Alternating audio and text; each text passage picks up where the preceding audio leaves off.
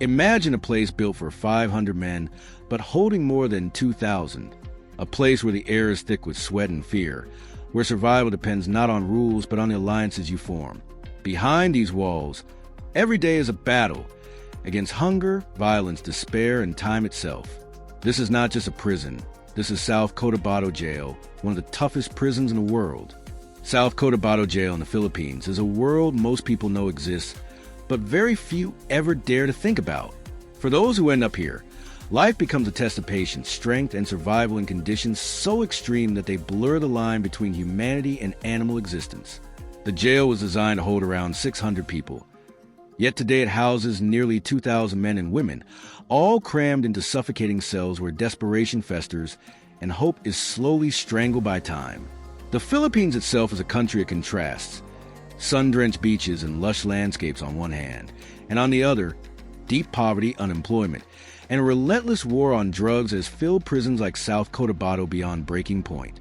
In this overcrowded facility, men who once lived very different lives, farmers, laborers, drug users, dealers, thieves, even murderers, are now forced to share the same suffocating space.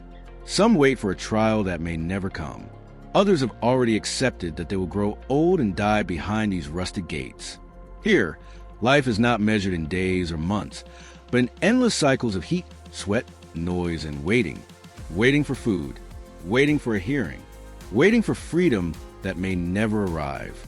For many, survival is the only goal, and survival means following the unwritten rules that dominate this hidden world. When a new prisoner arrives, he quickly learns that the guards are not truly in control. Inside these walls, authority belongs to the prisoners themselves. At the top of the hierarchy is the so-called president, a powerful inmate who dictates rules, assigns punishments, and decides against privileges. Below him are the marshals, enforcers who wield wooden clubs and keep order through fear and violence. Beneath them are the cell leaders, men who manage the overcrowded cells, making sure no one escapes and everyone submits. And at the very bottom, stripped of rights and dignity, are the newcomers, the newbies. For them, survival begins with humiliation, loss, and obedience. The cells are suffocating. Imagine 70 men packed into a room barely larger than a living room. The air thick with sweat, urine, and frustration. Temperatures climb above 35 degrees Celsius, with no ventilation, no privacy, and no relief. At night, prisoners sleep in shifts or curl themselves into corners. Some are forced to lie on the hard concrete floor. Others climb to the highest bunks, where heat and mosquitoes make sleep almost impossible. Claustrophobia grips many men, driving them into silent panic. But there is no escape. The only option is to endure day after day, night after night. For those who arrive without money, the struggle is even greater. In South Cotabato Jail, money is power. With money, you can buy food beyond the meager rations, cigarettes, clean water, or even the luxury of a small fan. Without money, you are left to drink contaminated groundwater, risking tuberculosis or other diseases. Poverty here is not just a background condition. It is a daily death sentence. Families are lifelines, but not every prisoner has one. Visiting day happens once a week when wives, children, parents, or siblings come bearing food, clothes, or a little money. For a brief moment, prisoners are reminded that they are not forgotten. Yet for others, there are no visitors. No one brings them gifts or food. No one waits for them outside. They are utterly alone. Amidst this suffocating reality, moments of humanity still survive. Prisoners pray together, sing hymns, or play makeshift basketball games in the courtyard. These moments do not erase the despair, but they help the men endure. For many, faith in God or the dream of seeing their children again is the only thing that keeps them from breaking completely. But beneath this fragile layer of humanity lies a brutal truth. Life inside South Cotabato Jail is controlled by fear, corruption, and inequality. The guards, few in number and powerless against a mass of inmates, rely on the prisoner hierarchy to keep order. It is a system built on compromise. Let the inmates rule themselves, and maybe chaos can be contained. Still, violence is never far away. Arguments erupt over food, over debts, over insults. Punishments are swift and merciless. A misstep can mean being beaten with clubs, locked in punishment cells, or starved of food. To survive here means to obey, to respect the hierarchy, and above all, to never show weakness. And yet, behind every scarred face, behind every hardened expression, there are stories. Stories of men who made terrible mistakes. Stories of men who insist they're innocent. Stories of men whose only crime was poverty in a society stacked against them. These stories echo through the overcrowded corridors of South Cotabato, where time seems to stand still, and every day feels exactly like the one before. Among the sea of faces in South Cotabato, one prisoner stands out, Raniel, a man who entered the jail system at only 17 years old. His life before prison was one of hardship, poverty, and bad choices, a path that led him into crime far too early. At an age when most young men are in school, playing with friends, or dreaming about their future, Raniel was learning the harsh realities of survival on the streets. Poverty had already placed chains on him long before the iron bars of prison ever did. Inside, Raniel has had to grow up faster than anyone should, in a place where respect is earned only through fear or submission. He was forced to shed the innocence of youth almost immediately. He became part of the hierarchy, not because he wanted to, but because he had no other choice. In South Cotabato Jail, a weak boy does not survive. He had to become strong, ruthless even, learning the unspoken rules of the prison hierarchy the way other teenagers learn their school lessons. What makes Raniel's story so tragic is not just a crime that brought him here, but the stolen years of his youth. The jail has become his school, his teacher, and his world. He has learned to fight not just for respect, but for space to sleep, for clean water, for survival, behind his hardened stare. However, there are moments when the boy he once was still flickers through. He talks about missing his mother's cooking, about the streets where he used to play, about the freedom of running barefoot outside. These memories are a fragment of a life now gone, kept alive only in the confines of his mind. Another inmate, Janelle, carries a different kind of burden. His crime was not driven by poverty alone, but by anger, by choices made in the heat of passion and the cloud of desperation. He is quieter than Raniel, more reflective, almost resigned to his fate. Janelle speaks softly about his family, about the child he has not seen in years, and the wife who no longer visits him. His punishment is not just the walls of South Cotabato. It is the distance that has grown between him and the people he once loved. In his voice, there is a quiet regret, the kind of sorrow that comes not from the punishment handed down by a judge, but from the punishment life itself delivers when choices cannot be undone. Then there is Romeo Gomez, a man whose name is known by nearly everyone inside. Romeo is older, seasoned, and carries himself with the calm confidence of a man who has accepted his reality. For him, the jail is not just a place of confinement. It is his world, his kingdom of sorts. He has learned how to survive, how to bend rules, how to gain favors. He knows which guards can be bribed, which inmates can be trusted, and which corners of the jail are safest. His eyes carry the weight of someone who has seen it all: violence, betrayal, despair, and has lived to tell the tale. Romeo is respected, even feared, in a place where the weak are devoured. He has carved out a space for himself. Yet even in his hardened demeanor, there is a story of loss.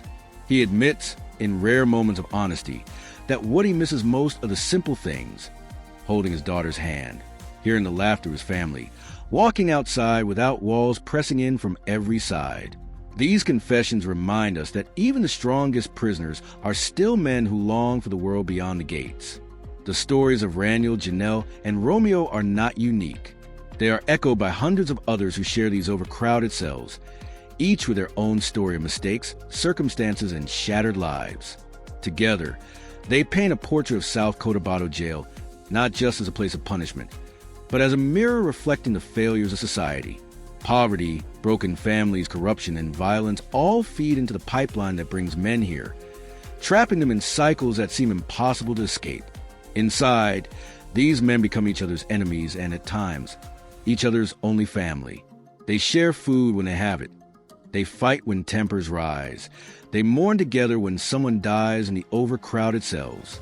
Life becomes a strange blend of brutality and brotherhood, but survival comes with a price. For every moment of kindness, there are days of hunger. For every prayer, there is a beating. And for every dream of freedom, there's a crushing reminder that time here is endless, stretching out like a road with no end in sight. Life inside South Cotabato Jail is not divided by hours on a clock, but by the rhythm of survival. Every day feels the same, yet every day demands the same fight for space, food, and dignity. The prisoners wake not because of alarms, but because the heat inside the cells becomes unbearable. As dawn breaks, the air is already thick with sweat and the stale odor of too many men crammed into too small a space. The first task for most inmates is to secure water. Water is both life and danger here. The jail's official supply is often insufficient, and when it flows, it is rarely clean. Many prisoners suffer from stomach infections, coughing fits, and a looming threat of tuberculosis. For those with money, bottled water can be bought from the small canteens run inside by other prisoners. A shadow economy where prices are inflated but survival is guaranteed. For those without money, there is no choice but to drink what is available and risk illness. Breakfast, if it can be called that, is a small portion of rice, sometimes accompanied by dried fish or thin broth. It is not enough to satisfy hunger, only enough to keep the body alive for another day. The food is ladled out quickly, without ceremony, and the weakest often eat last, scraping the bottoms of pots for whatever remains. For men use of manual labor and hard work outside, this meager diet drains strength, leaving them thin, frail, and often sick. After meals, the long hours of waiting begin. For prisoners without cases pending in court, time becomes an endless fog.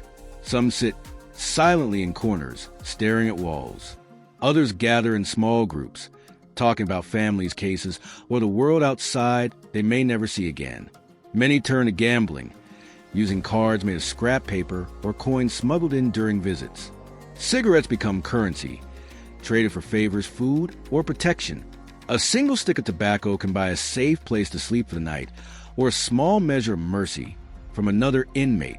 The prison courtyard becomes the center of life during the day. Here, under the burning sun, men gather for exercise, prayer, or simply to stretch their limbs after hours locked in cells. The stronger ones play basketball, their laughter echoing against the walls, momentarily masking the despair that hangs over the facility. Others sit in groups, their voices rising in hymns, turning their suffering into worship. Faith for many is the only light in an otherwise dark world. But beneath this fragile normality, violence is never far away. The hierarchy demands discipline, and discipline is maintained through fear. If a prisoner disobeys orders, refuses to follow the rules, or crosses another inmate, punishment is swift. The marshals enforce order with clubs and fists, often with the silent approval of guards who prefer to let inmates control each other. Beatings take place in corners, away from prying eyes, but everyone hears the cries. They serve as warnings. Fall in line or face the same. For those who cannot bear the suffocation of the cells during the day, there are small duties assigned. Some sweep the courtyard, others clean the toilets, while a few are allowed to work in the kitchen or assist guards. These small tasks provide not just a chance to move, but also an opportunity to gain favors, to collect scraps of food, or to escape the monotony of endless waiting. When night falls, the cells become unbearable once again. Imagine 70 men pressed together in a room meant for 20. The heat intensifies as bodies lie side by side, shoulder to shoulder, pressed against each other with no space to move. Some sleep sitting, their backs against concrete walls, heads slumping forward as exhaustion overtakes them. Others climb to the highest bunks, where air is stifling and mosquitoes bite relentlessly. Sleep comes in fragments, broken by the snores, coughs, and murmurs of men trapped in their own nightmares. Illness spreads easily in such conditions. Coughs echo through the cells at night, and fevers rise unchecked. Medical care is minimal. There is one small clinic, understaffed and understocked, where only the most urgent cases are treated. For most prisoners, pain and sickness are endured in silence. Medicines, like everything else, can be bought if you have money. And through it all, time drags on. Days turn into weeks, weeks into months, and months into years. For prisoners awaiting trial, the wait is perhaps the cruelest punishment. Cases move slowly through the Philippine justice system, and many men have spent years in South Cotabato without ever receiving a verdict. Innocent or guilty, they suffer the same. This endless waiting breeds despair. Some prisoners lose hope entirely, becoming shadows of themselves, hollow-eyed and broken. Others find strength in brotherhood, clinging to the friendships they form inside, in a place where everyone has lost something: freedom, family, dignity. The smallest gestures of kindness can mean survival. Yet, beneath this fragile web of routine, there's an unspoken truth. Every man inside South Cotabato Jail knows he is forgotten. The world outside goes on without them. Families move on, children grow up, and life beyond the walls continues as though these men no longer exist. For many, this realization is the hardest punishment of all. Inside South Cotabato Jail, money speaks louder than rules. Officially, this place is governed by laws and guards. But in reality, survival depends on what you can pay and who you can pay it to. The overcrowded cells, the lack of resources, and the sheer number of inmates have created a parallel economy, a black market that thrives on necessity. It begins with food. The rations served by the jail are barely enough to sustain life. For those who can afford it, there are extras: rice, instant noodles, or canned sardines, brought in by visiting families or purchased from other inmates who run makeshift stalls. The poorest prisoners, however, must rely on scraps or beg from others. Hunger becomes a currency of its own, traded for favors, labor, or loyalty. Cigarettes are another form of power. A single stick can buy a prisoner protection from bullies, a cleaner corner of the cell, or even access to small privileges like a plastic chair or extra space to lie down at night. Packs of cigarettes, smuggled in during visits or through guards who turn a blind eye for a price, are hoarded like treasure. For some inmates, becoming a cigarette dealer is the fastest way to gain influence, but it is also dangerous. Competition breeds conflict, and debts can be fatal. Then there are the bigger trades. Contraband finds its way into the jail through hidden channels: mobile phones, small amounts of drugs, even alcohol.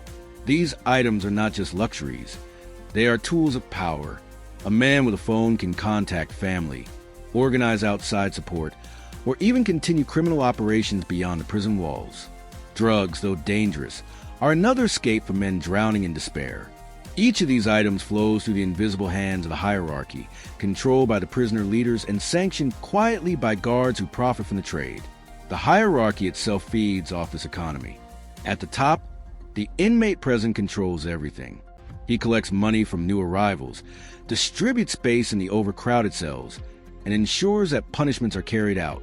Beneath him, the marshals enforce his will, armed with clubs and the authority to maintain order. They act as the muscle of the prison, feared and respected, deciding who gets punished, who gets protection, and who suffers. Cell leaders also play a vital role. Each cell is like a kingdom of its own, ruled by a leader who manages discipline, collects contributions from inmates, and maintains balance. If a prisoner cannot pay his share, whether in cigarettes, food, or labor, he is pushed to the lowest rung of the ladder, stripped of space, comfort, and sometimes even safety. This system is not just tolerated by the guards, it is necessary. With only a handful of officers overseeing nearly 2,000 inmates, true control is impossible. The guards allow the hierarchy to function, turning prisoners into managers of their own chaos. In return, the inmate leaders ensure order, preventing riots and rebellion. It is a fragile balance, one built on compromise, corruption, and silence. But this balance also deepens inequality inside the jail. Wealthy inmates, those with families who can send money, or those with connections outside, can buy comfort. They sleep on better mats, eat better food, and enjoy privileges denied to the poor. The poorest prisoners, abandoned by families or too destitute to pay, endure the harshest conditions, sleeping on bare concrete, begging for food, and living at the mercy of stronger men. This inequality breeds resentment, but it is rarely voiced. The hierarchy ensures obedience through fear. When someone challenges the system, the punishment is brutal. Beatings are common, carried out in corners where others can hear but not intervene. Sometimes, punishments are public, an inmate forced to kneel for hours in the scorching sun, or made an example through humiliation. The message is clear: survival depends on submission. And yet, even within this brutal system, bonds are formed. Inmates create families of their own, groups of men who support and protect one another. Loyalty is earned through shared meals, through protection in fights, through the small kindnesses that mean everything in a world stripped of humanity. These groups become lifelines, offering emotional and physical support in a place where weakness can be fatal. The guards themselves are part of this economy, whether by choice or necessity. Poorly paid and often overwhelmed, some turn to bribery to supplement their income. A fee might buy a prisoner more visiting time, a chance to smuggle in contraband, or even leniency in punishment. While not every guard is corrupt, the system itself creates opportunities too tempting to resist. The line between authority and complicity blurs, leaving prisoners and guards entangled in the same cycle of survival and corruption. Through this underground economy and its shifting power dynamics, South Cotabato Jail becomes more than just a prison. It becomes a society of its own, a society where strength, money, and connections determine survival, and where justice is not delivered by law, but by those who hold power inside. The walls of South Cotabato Jail are not just barriers of concrete and steel. They are barriers that slowly chip away at the mind. For many prisoners, the greatest battle is not against hunger or violence. It is against despair. Overcrowding, endless waiting, and the suffocating weight of lost freedom create a psychological pressure that can break even the strongest men. Every inmate here shares one enemy: time. It stretches endlessly, with no clear shape, no promise of change. For those awaiting trial, each day is filled with uncertainty. They wake up not knowing if their hearing will come tomorrow, next month, or years into the future. Some men have been locked inside for half a decade without ever being sentenced, their lives suspended in limbo. Innocence or guilt becomes meaningless in a system so slow that punishment begins long before judgment. This uncertainty gnaws at the mind. Prisoners begin to lose their sense of identity. Outside, they were fathers, sons, husbands, workers. Inside, they are reduced in numbers and faces in the crowd. Their names fade, their roles forgotten, their humanity swallowed by the system. Slowly, many stop thinking about who they were, because remembering only brings pain. For some, this weight transforms into rage. They lash out at others, becoming violent, unable to control the fury boiling inside them. These men often rise in the prison hierarchy, where violence is rewarded with respect. For others, the weight transforms into silence. They withdraw from everything, speaking little, staring blankly for hours, their minds retreating into themselves. Depression is everywhere here, though it rarely has a name. Sleep, too, becomes a battlefield. In overcrowded cells where 70 men are packed into spaces built for 20, rest is nearly impossible. The body lies exhausted, but the mind cannot escape the coughs, the whispers, the stench of sweat and sickness, the endless sound of chains and shuffling feet. Nightmares blur into reality, and many prisoners wake not refreshed, but more broken than before. Loneliness haunts them just as much as the overcrowding. Visits from family are rare, and for some, they never come at all. Wives move on, children grow older, and friends outside eventually forget. A man inside South Cotabato may spend years without hearing his name spoken with love. Letters, when they arrive, are treasured like sacred objects, read again and again until the paper begins to tear. Those without letters, without calls, without visits, they sink into a loneliness so deep it becomes a second prison inside their chest. Faith becomes the anchor for many. In the courtyard, hymns rise above the noise, men clutching their Bibles or rosaries as if holding on to the last thread of hope. For some, religion is the only thing that keeps them sane, a reminder that even here, they are seen by something greater than the walls around them. Others turn to prayer not for redemption, but for strength, to endure one more day, to keep from giving up. But faith is not enough for everyone. Some prisoners lose their grip on reality entirely. The overcrowding, the fear, the endless waiting, it all collides in the mind until cracks appear. Men begin to talk to themselves, pacing in circles, muttering about voices no one else can hear.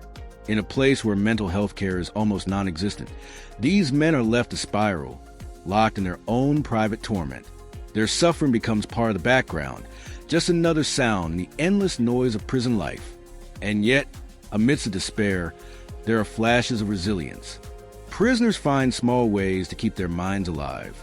Some draw on scraps of paper, creating sketches of the world beyond the walls.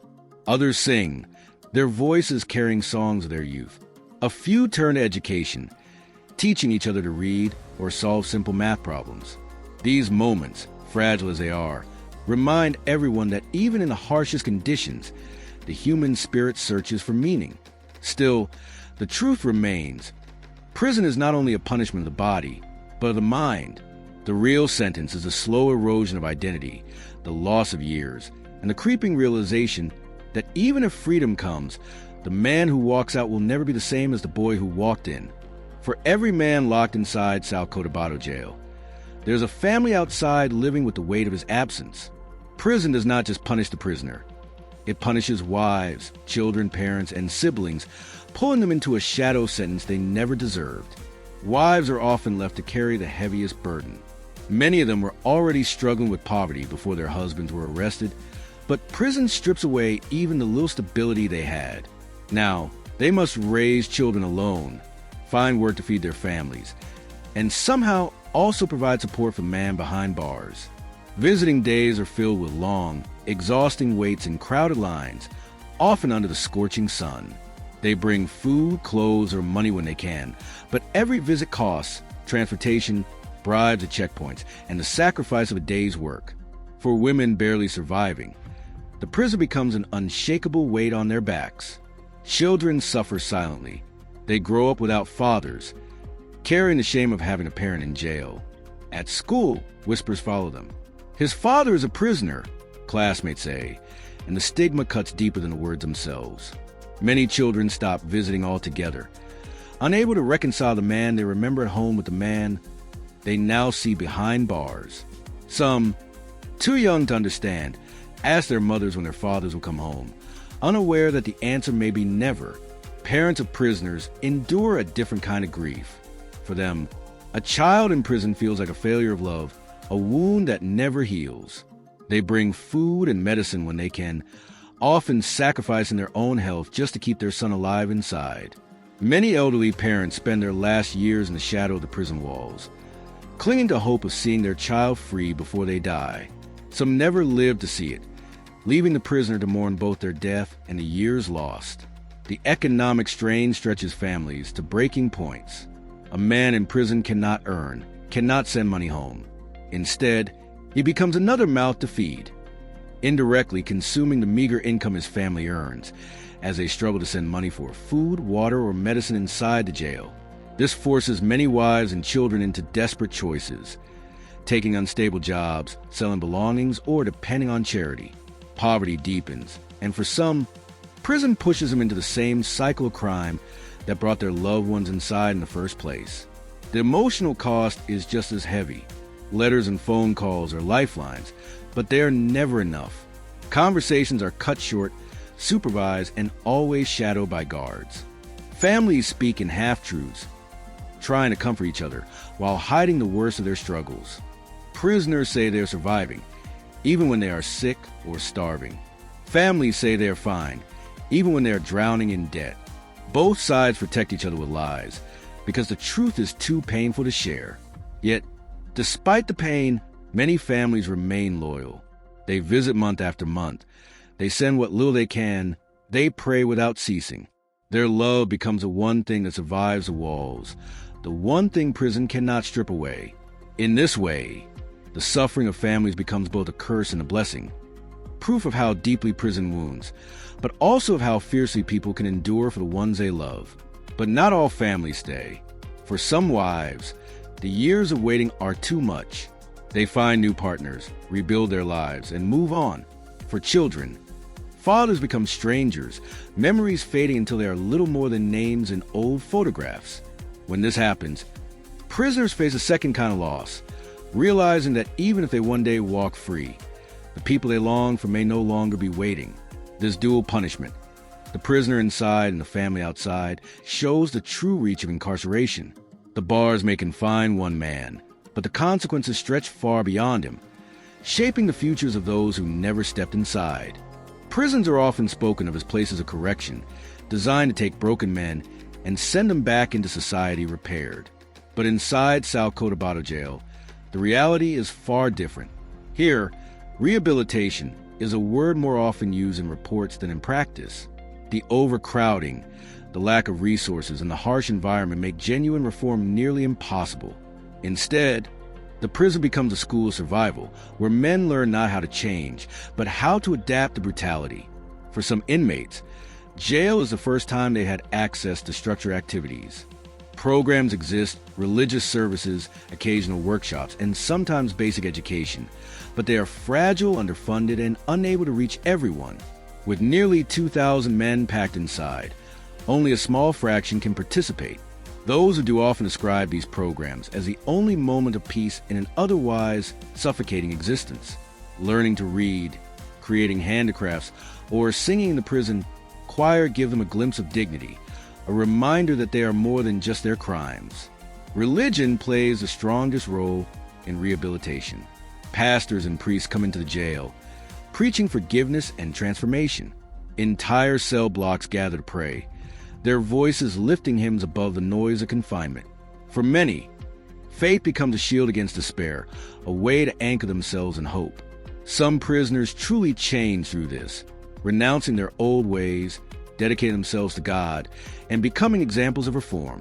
Others, however, use religion as a mask, adopting the role of the penitent to gain favor with guards or shorten their sentences.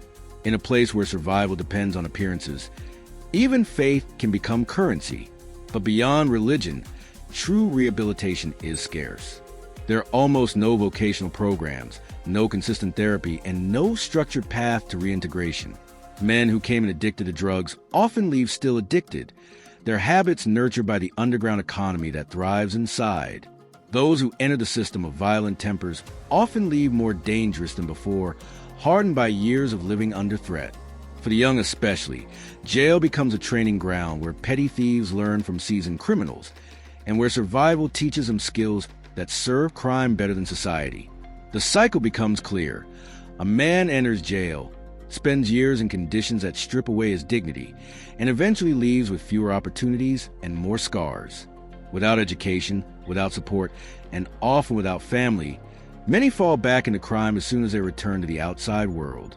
South Cotabato Jail, like so many others, ends up creating the very problem it claims to solve. The prisoners themselves know this.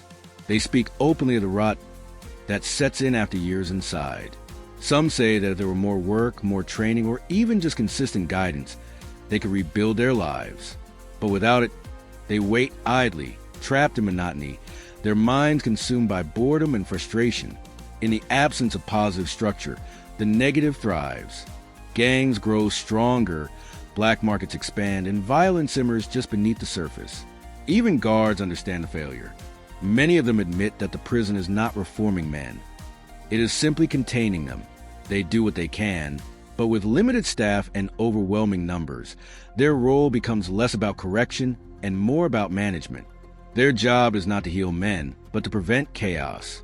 In this environment, rehabilitation is not just difficult, it is nearly impossible. And yet, there are rare stories of transformation. A prisoner who discovers art, sketching scenes of the outside world until his drawings become known across the cells.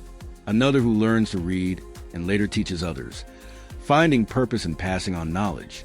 A former gang member who becomes a leader in prayer meetings, guiding others away from violence. These stories are fragile but powerful reminders that even in the darkest places, some men can change. But they are exceptions, not the rule. The truth is that South Cotabato Jail functions more as a warehouse for men than a place of renewal. The overcrowding, the corruption, and the lack of resources create an environment where punishment far outweighs any chance of reform. And for society, this raises a painful question. If prisons only make men harder, angrier, and more broken, what future are we creating when those men eventually walk free? In a place where thousands of men are crammed into spaces meant for only a few hundred, order cannot come from guards alone. Overcrowding and limited staff mean that much of the control inside South Cotabato Jail lies not in the hands of officers, but in the hands of prisoners themselves. This is where gangs and brotherhoods take root, unofficial governments within the prison walls, enforcing their own rules, delivering their own justice, and ensuring their survival. At first glance, Gangs seem like a danger, and in many ways they are. They control contraband, they dictate who gets protection, and they are quick to use violence when their authority is challenged. But in the chaotic reality of prison life, gangs also provide structure. For many inmates, joining a brotherhood is not a choice made from desire, but from necessity. Alone, a man is vulnerable. His food can be taken, his body threatened, his dignity stripped. Within a gang, he gains protection, a family of sorts, and a place in the hierarchy. These groups often mirror the outside world. Local street gangs extend their reach inside, maintaining the same rivalries and alliances they have beyond the walls. Within South Cotabato, ethnicity, region, and even religion can shape which brotherhood a man joins. Once inside, loyalty becomes absolute. Betrayal is not forgiven, and punishment is swift. Daily life is heavily influenced by these groups. From deciding who sleeps where, who gets first access to food, gangs wield authority over the smallest details. Even the guards often rely on gang leaders to maintain peace. Rather than confronting 2,000 men directly, they communicate with a handful of leaders, who then pass down orders. This unspoken arrangement allows the prison to function, but it also gives enormous power to inmates who already thrive on control. The economy inside is also shaped by brotherhoods. Contraband, cigarettes, drugs, alcohol, even mobile phones, moves through channels controlled by gangs. Money from outside families fuels this underground trade, and those who control it grow stronger. A cigarette can be worth a day's work. A small packet of drugs can buy protection for a week. Everything has value, and nothing is free. But beyond crime, gangs also offer something deeply human: belonging. For many men who grew up in broken homes or on violent streets, the brotherhood becomes the first real family they have ever known.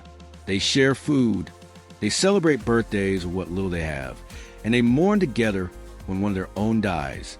In a place where the state strips men of identity, the gang gives it back, providing a name, a role, and a sense of purpose.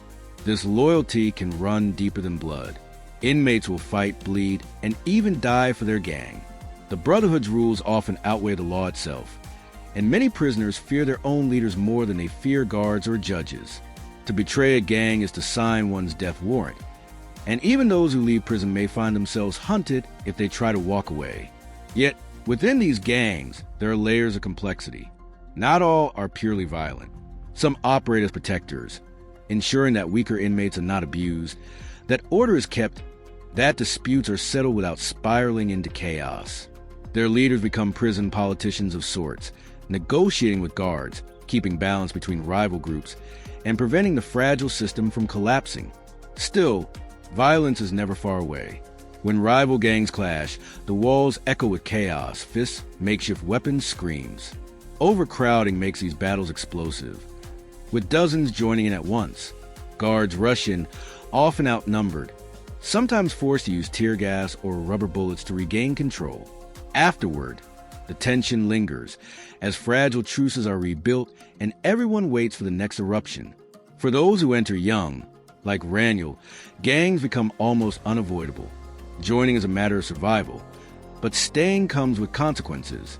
Once a man is tied to a brotherhood, leaving it becomes nearly impossible. Some will spend their entire prison life under the colors of their gang, bound to loyalty even as the years strip away their youth. In the end, gangs in South Cotabato Jail are both poison and medicine. They breed violence, crime, and fear, but they also provide structure, belonging, and survival in a place where the system has failed to do so. They are both the disease and the cure, a reflection of the very society that produced the men who now call this prison home. Inside prison, money changes form. Cash is rare, sometimes forbidden, but value never disappears. It simply takes on new shapes. Cigarettes, instant coffee, sachets of shampoo, and small packets of rice all become currency. In South Cotabato Jail, these items carry weight not because of their cost outside, but because of what they represent inside: comfort, power, and control. Food is one of the strongest pillars of the underground economy. The meals provided by the jail are often meager: watery soups, rice that is barely enough to fill the stomach, and portions that cannot sustain men packed into overcrowded cells. For those with families who visit, extra food can be brought in: cooked meals, bread, canned goods. But these meals are not just eaten. They are traded, shared, and sometimes hoarded. A simple tin of sardines can buy loyalty, while a bag of rice can settle a debt. Contraband, however, forms the true bloodstream of the economy. Cigarettes slip through in pockets, alcohol brewed secretly inside cells, and drugs pass in from the outside. A single stick of cigarette may be divided and sold in pieces, each puff worth something to someone desperate for relief. For those who control this trade, usually gangs or powerful inmates, the profits bring influence, allowing them to buy favors, protection, or even silence from guards. Cell phones are among the most coveted items.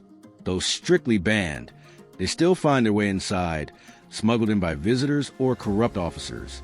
With a phone, an inmate can maintain contact with the outside world, arrange for money transfers, or even continue criminal enterprises beyond the walls. Phones represent connection, power, and control, tools far more valuable than their weight in gold inside the jail. Debt becomes another dangerous part of this economy. Inmates borrow cigarettes, food, or drugs, promising to repay later. But failure to repay is not just a financial matter. It is a matter of survival. Debts are enforced by fists, by knives fashioned from scrap metal, by threats against family members outside. A man who cannot repay finds himself marked, his life hanging in the balance over a cigarette or a packet of powder. Even work becomes part of the system. Some prisoners earn by cleaning cells, washing clothes, or cooking for others. Skilled inmates, barbers, tattoo artists, carpenters, use their talents to trade services for goods. Tattoos, carved into skin with makeshift needles and ink, are not just art, but a form of currency, a way to mark identity or show allegiance. A well-made tattoo can cost weeks' worth of meals, but for some, it is worth every bite. The economy does not exist in isolation. It feeds into the hierarchy. Those with resources gain status, while the poor remain at the bottom, dependent on scraps or the mercy of gangs. Wealth inside can mean the difference between sleeping in a crowded hallway or securing a spot in a less suffocating cell. It can buy better food, protection from beatings, or access to contraband that eases the weight of confinement. And yet, this hidden market also exposes the deep inequality within prison life. Some inmates, supported by families who send money regularly, live almost comfortably compared to others. They eat better, sleep better, and wield influence. Meanwhile, those without support, orphans, outcasts, or the poorest of the poor, struggle simply to survive, often becoming servants to those above them in exchange for scraps of food. Corruption weaves through it all.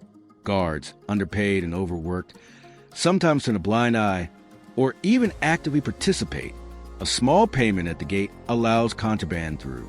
A discreet bribe secures a favored spot in a cell. The line between law and crime blurs, because survival for guards, much like prisoners, often depends on bending the rules. In the end, the prison economy is not just about trade. It is about power. Every cigarette, every sachet of coffee, every contraband phone is part of a larger game, where men barter not only for comfort, but for dignity, safety, and control in a world designed to strip them of all three. Life inside prison follows a routine, but not one of comfort or predictability. It is a cycle of confinement, noise, hunger, and endless waiting. Each day is both the same and different, familiar in structure, yet filled with the tension of knowing that violence or chaos can erupt at any moment. Morning begins early. Long before sunrise, the noise of 2,000 men packed together rises in waves. Some wake in the middle of the night, unable to sleep in cramped conditions where bodies are pressed shoulder to shoulder. Others rise when the first light seeps through small barred windows, starting their day with prayer, stretching, or simply sitting in silence. The smell of sweat and stale air hangs heavy, a constant reminder of overcrowding. The first task of the day is often food. Breakfast, when served by the jail, is simple: thin rice porridge or dried fish, never enough to satisfy the hunger of grown men. Those who have families bringing food may share meals of bread, fruit, or even meat, but for the majority, the morning begins with hunger. Food is rationed, fought over, and for some, bartered away in exchange for favors or protection. After breakfast, roll calls or head counts take place. Guards move through the prison, marking numbers, ensuring no one has escaped during the night. These counts can be tense, with prisoners standing silently in rows, knowing that any sudden movement, any wrong glance could spark conflict. For the guards, it is a daily reminder of how outnumbered they are. For the prisoners, it is a reminder of how trapped they remain. The day then stretches out into long hours of monotony. Inmates find different ways to occupy their time. Some engage in chores, cleaning cells, sweeping common areas, or fetching water.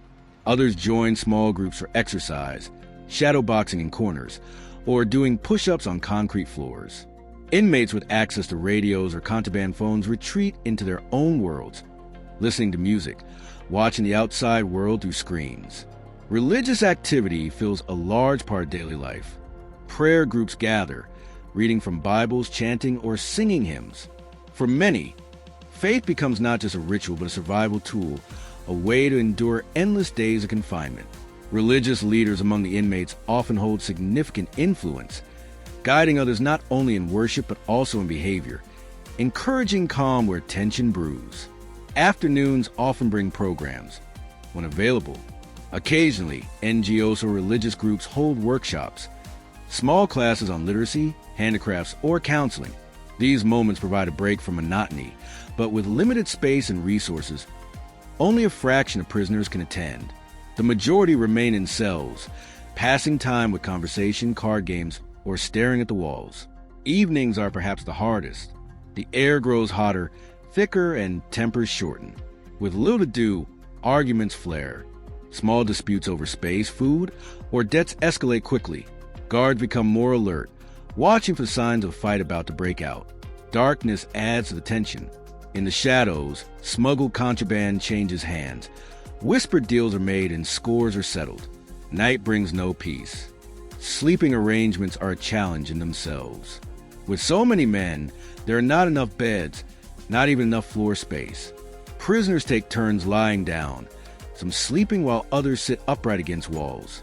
Hammocks made of old sheets hang from bars, stacked above one another like layers in a hive.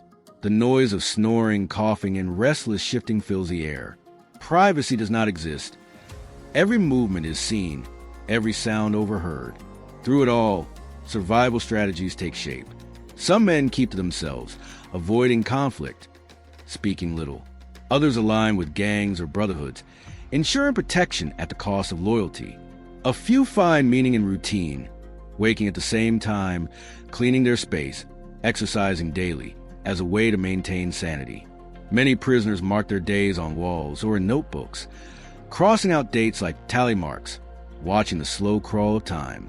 For those with shorter sentences, the countdown brings hope. Each day crossed off is one step closer to freedom.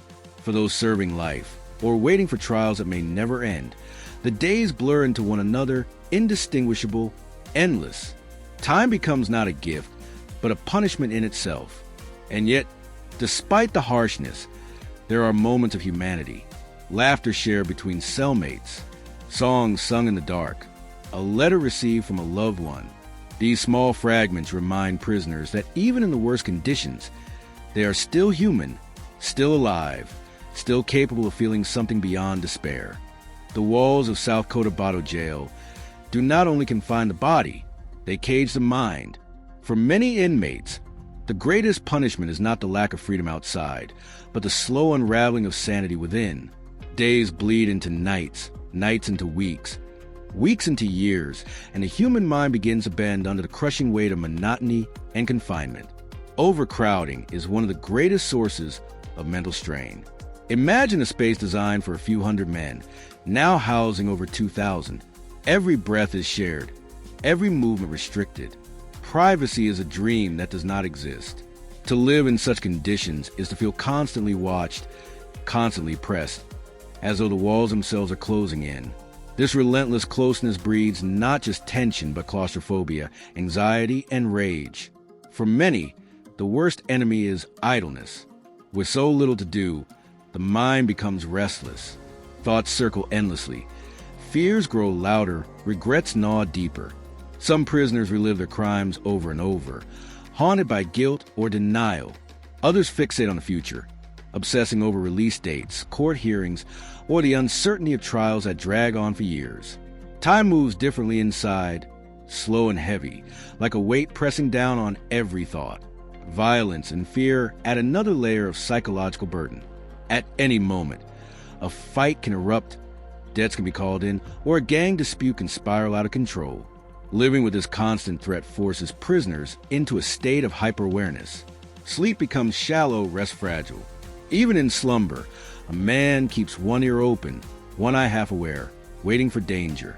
This state of unending alertness erodes the mind, leaving behind paranoia and exhaustion. Mental illness thrives in these conditions. Depression is common, born from hopelessness and lack of purpose. Anxiety grows from overcrowding and fear. Hallucinations, paranoia, and breakdowns are not rare. Men talking to themselves, staring blankly at walls, or retreating into silence. For many, access to psychiatric care is minimal, sometimes non-existent. Medication is rare, counseling even rarer.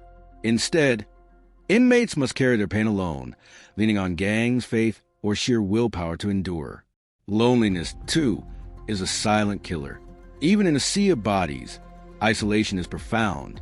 Families often cannot afford to visit regularly. Some prisoners are abandoned completely, forgotten by the outside world. Letters grow fewer, calls stop coming. Faces at visiting hours disappear. For these men, loneliness eats away at the spirit, convincing them that they no longer exist beyond the prison walls. Yet, not all responses to this mental burden are despair. Some prisoners adapt in surprising ways. They develop coping mechanisms, strict routines, exercise regimens, religious devotion, or even art. A man may carve figure from scraps of wood, draw with bits of charcoal, or sing in the darkness. These small acts of creation push back against the consuming void of prison life, giving meaning to otherwise meaningless days. Faith becomes one of the strongest anchors for the mind. Prayer circles, Bible studies, and religious gatherings offer not just spiritual comfort, but also psychological relief. For many, believing in a higher purpose or forgiveness provides a lifeline, a reason to endure. Religious leaders inside the prison often become counselors, offering guidance and stability when the system provides none. Still, the harsh reality remains. Prison life changes people. For some, it hardens them, teaching survival, building toughness, and erasing softness. For others, it breaks them completely, leaving behind shells of men who can no longer function when released. The psychological scars of years inside are invisible but deep, carried long after the gates finally open. And so, South Cotabato Jail is not just a place of physical confinement. It is a crucible for the mind. Some men emerge stronger, others shattered. For all, the experience is unforgettable, a mark that shapes the rest of their lives, inside or out. In South Cotabato Jail, family is more than just love, it is survival. For many inmates, the only thing that keeps them going is the thought of those waiting outside. Letters, phone calls, and visits are not mere gestures of affection. They are anchors that tether a man to the world beyond the bars, reminding him that he still belongs to something larger than the walls closing in around him. Visiting days are some of the most anticipated moments in the jail. Hours before families arrive, prisoners prepare themselves, washing up, fixing their clothes, and finding a place near the front to catch a glimpse of familiar faces. When wives, children, mothers, and fathers walk to the gates, the prison changes. For a few hours, it is no longer just a place of punishment, but a space where love breaks through. Tears flow, laughter echoes, and for a fleeting moment, inmates remember what it feels like to be human again. But these visits are not just emotional, they are also practical. Families bring food, clothing, and sometimes money, all of which are crucial for survival. A homemade meal shared during visiting hours is a treasure compared to the meager rations served inside. A small sum of money from a spouse or parent allows a prisoner to buy essentials from the prison economy: soap, extra rice, or even protection. Without this support, many inmates are left vulnerable, hungry, and exposed.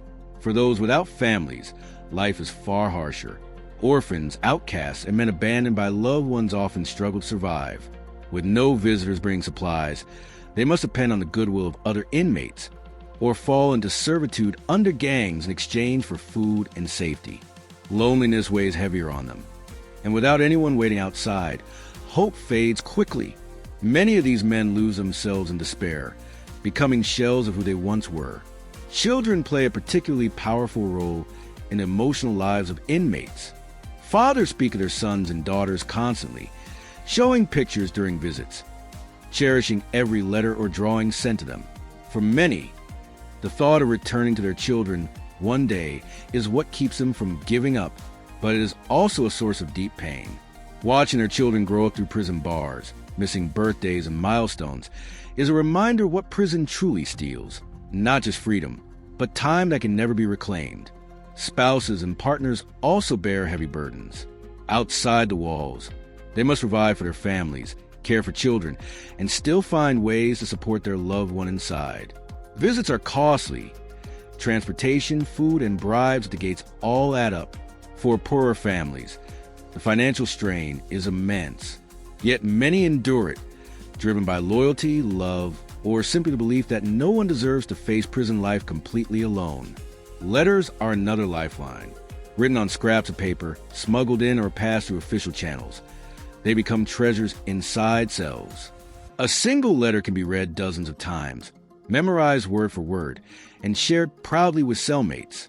In the bleakness of confinement, these messages carry the warmth of the outside world, proof that someone still cares. But family ties are fragile.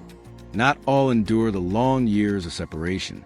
Some prisoners speak of wives who eventually stop visiting, parents who grow too old or too poor to make the trip, friends who disappear from their lives entirely. For these men, abandonment becomes another sentence layered upon the one already imposed by the court. It deepens their anger, bitterness, and hopelessness, pushing many further into gangs or crime as a substitute for the family they lost. Still, for those who do remain connected, family is the difference between survival and collapse. A visit can lift a man's spirit for weeks. A letter can silence the darkness of loneliness. A child's smile can remind him why it's worth enduring another day. In a place where the system often forgets them, families become the lifelines that keep inmates human. And so, inside South Cotabato Jail, family is not just about love. It is about dignity, survival, and the fragile thread of hope that ties prisoners to the world beyond the walls. The dynamic between guards and inmates in South Cotabato Jail is complicated. On paper, the guards hold all the authority. They carry the keys, the uniforms, and the law behind them. But in reality, the balance of power is far more delicate. When a handful of guards are tasked with controlling thousands of men, the scales are never as even as they appear. Many guards enter each shift knowing they are outnumbered. With limited staff and overwhelming prisoner populations, brute force alone cannot maintain order. Instead, a fragile system of mutual understanding often emerges. Guards tolerate certain activities as long as they do not spiral out of control, and inmates, in turn, allow the guards to perform their duties without open defiance. It is not trust, but a form of survival for both sides. Corruption threads through this relationship as well. With low pay and high pressure, some guards turn a blind eye to contraband in exchange for bribes. A pack of cigarettes or a few bills can open doors, soften punishments, or allow forbidden items to pass through. For prisoners, these transactions are often the only way to secure basic comforts. For guards, they become an unspoken part of the job. But this cycle also erodes the line between law and lawlessness, blurring the very role of authority inside the prison walls. Yet, not every guard succumbs to corruption. Some genuinely try to enforce discipline, to maintain order, and even to show compassion where they can. A kind word during inspection, an extra few minutes of visiting time, or a moment of leniency can mean everything to an inmate who feels invisible to the world. These small acts remind prisoners that not all authority is cruel, and that humanity can survive even in places built to strip it away. The tension, however, never disappears. Guards live in constant alert, aware that any spark could ignite a riot. Inmates live knowing that punishment can be swift and harsh. This uneasy balance shapes every interaction, a daily negotiation between control and rebellion, order and chaos. And through it all, life in South Cotabato Jail continues. The overcrowded cells, the hidden economy, the daily routines, the crushing psychological toll, the fragile lifeline of family, and the constant dance between guards and inmates all weave together to form a portrait of prison life that is both brutal and deeply human. Prison, in the end, is not just about punishment. It is about survival.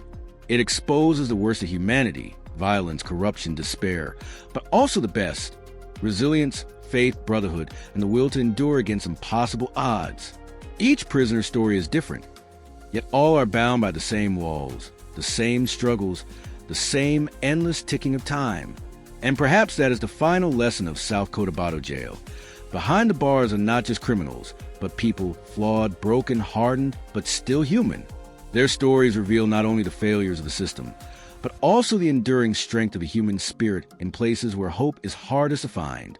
That brings us to the end of this journey inside one of the world's toughest prisons. If you found this story powerful, eye-opening, or thought-provoking, we'd love to hear your thoughts. Share your opinions in the comments below. And don't forget to subscribe to our channel for more documentaries like this.